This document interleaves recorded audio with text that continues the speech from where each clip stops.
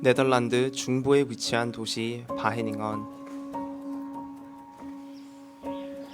도시라는 명칭이 무색할 정도로 사람의 흔적보다는 아직 자연의 자취가 더 많이 느껴지는 곳입니다.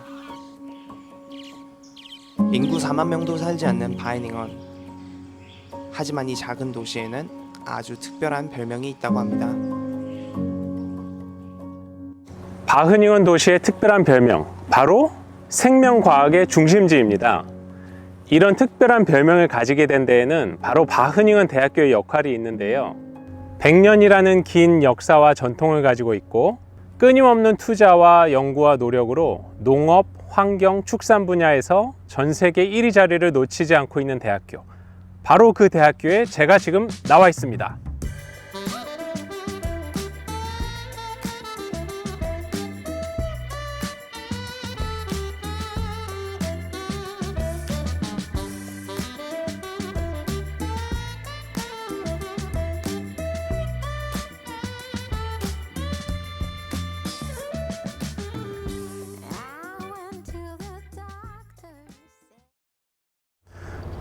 여러분, 혹시 영화 마션 보셨나요? 주인공이 불의한 사고에 의해 화성에 고립됐고 지구로 살아서 돌아가기 위한 여정을 그린 SF 영화인데요. 이 영화에서 많은 사람들에게 인상 깊었던 장면이 바로 주인공 마크가 화성에서 살아남기 위해 실내에서 감자 농사를 짓는 장면입니다.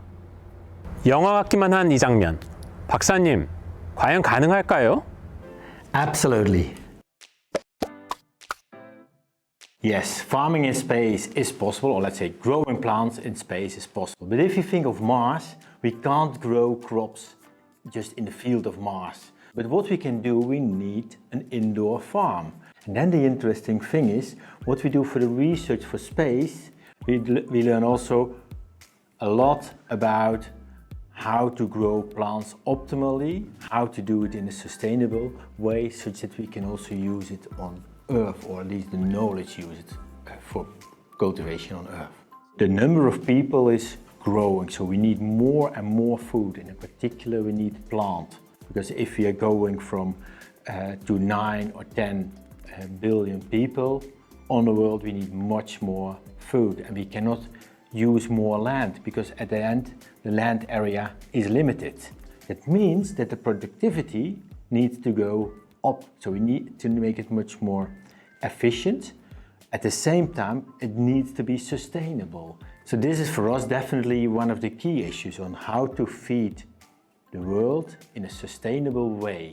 And I need to add one more thing. It is not just having the total food that we need, but also the healthy food. So Wageningen University is very dedicated to everything on life sciences, agriculture, and then in a broad sense. But we are very dedicated to this topic. This is really a big development where we need many young people with a passion for innovations, for applying new technologies in this sector. So it is definitely very different from what it was some decades ago. 미래 식량난과 기후변화를 대비하기 위해서 바헤닝언 대학교에서는 수많은 다양한 연구들이 이루어지고 있는데요. 그것이 가능한 이유, 바로 유니팜이 있기 때문입니다.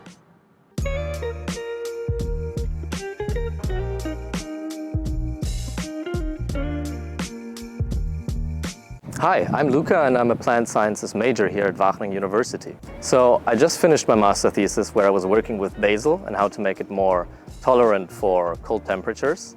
And aside from that, I've also participated in a student challenge where the aim is to grow food for space astronauts, and this challenge was hosted by NASA and the Canadian Space Agency.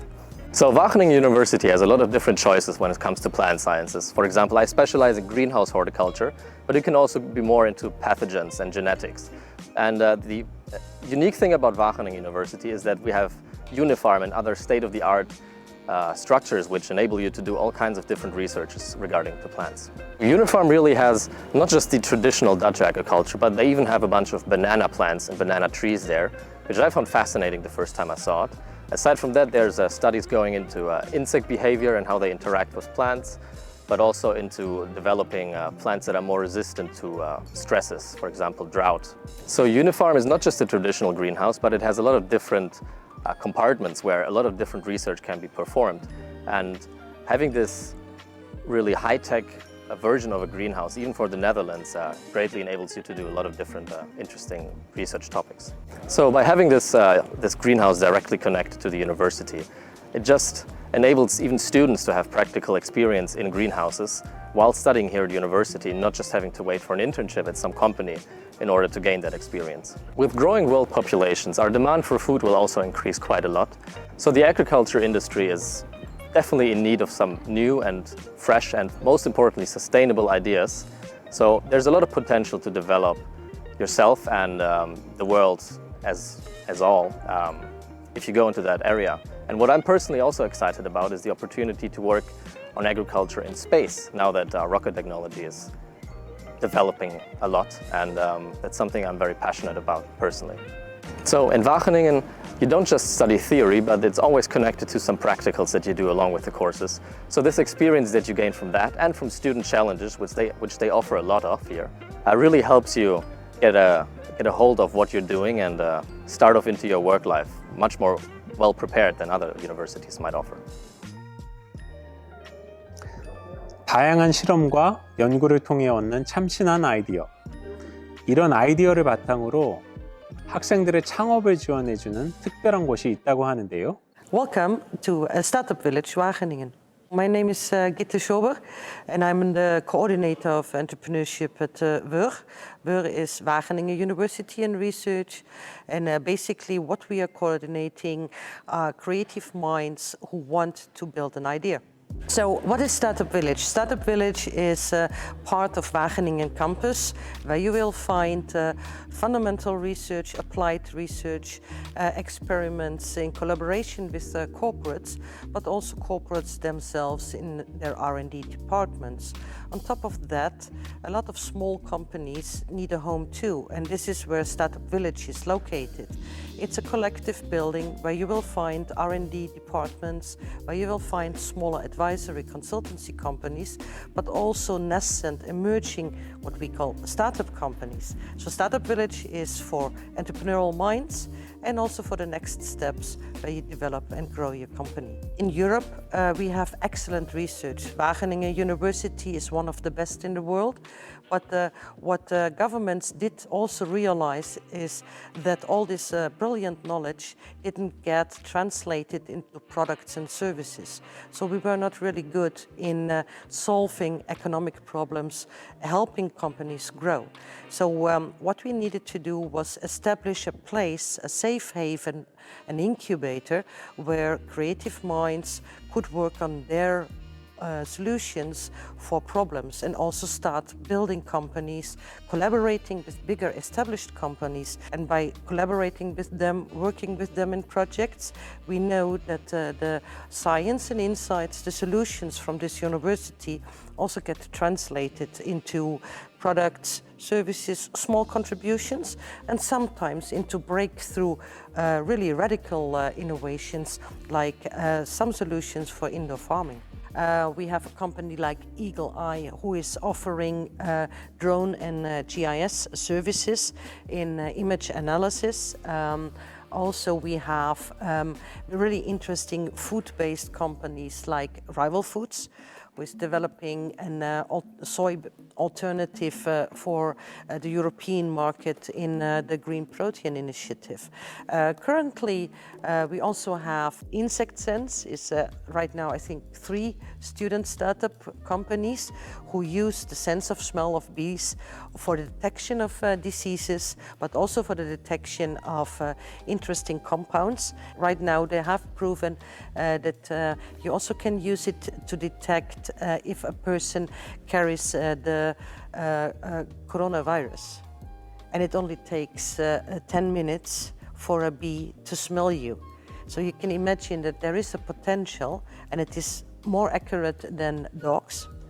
And right now they are testing it with the university department and see if they can offer it, for example, in airports. If you're convinced that you have an idea worthwhile, test it early. And if there is a problem owner, which problem you can solve with your idea, you're in business. Yes, it is hard to start without a lot of money, with a lot of support. But start networking, create your own network of peers. Yeah? Don't do it alone. Creating an innovative solution is always a team effort. And then you will see that the friends and what we call family and fools, a little bit of crowdsourcing can help create support. And then you're in business. It's not impossible. But you really have to reach out. Don't try to do it alone, but talk about your idea, share your idea, and then you will see that there is success in numbers.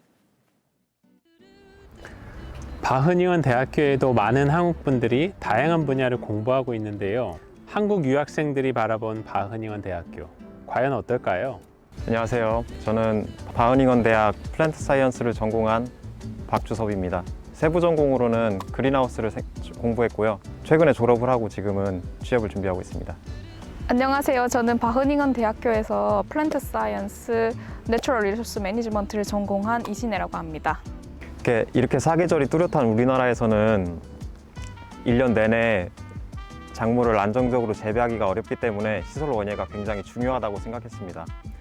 저도 고등학교 때부터 개발도상국 식량 등대에 관심이 있어서 조금 더 전문적으로 공부를 하고 싶어서 이 전공을 선택하게 되었습니다.